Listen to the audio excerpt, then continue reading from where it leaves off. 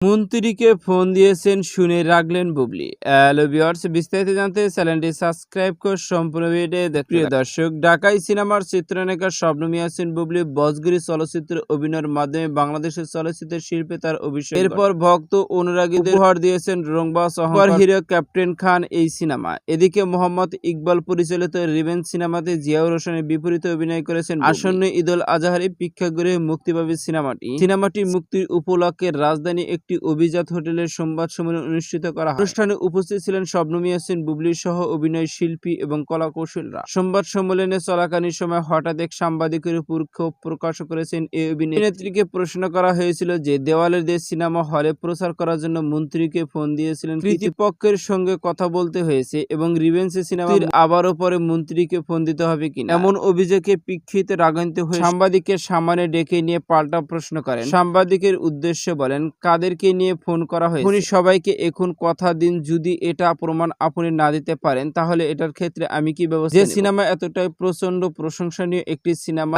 দেখেছেন, আমাদের কাছে সেই দর্শকের ভালোবাসা প্রতীকী আছে। তবে মন্ত্রীকে ফোন দেওয়ার অভিযোগের বিষয়ে বুবলি পাল্টা প্রশ্ন করলে মন্ত্রীকে ফোন দেওয়া হয়েছে নাকি হয়নি এ বিষয়ে তিনি স্পষ্ট করে কিছু তিনি বলেন, সিনেমা ইন্ডাস্ট্রিতে এক ধরনের নেগেটিভ টিভি বিরোধী আমাদের সবাইকে সচেতন হতে হবে, কারণ আমাদের দর্শকরা আমাদের ভালোবাসেন, টিকেটে সিনেমা হল দেখেন এবং সিনেমাগুলো ভালোভাবে চলে।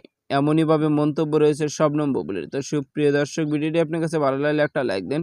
নিত্য নতুন ভিডিও আপডেট পেতে চ্যানেলটি সাবস্ক্রাইব করুন। অসংখ্য ধন্যবাদ। পুরো ভিডিও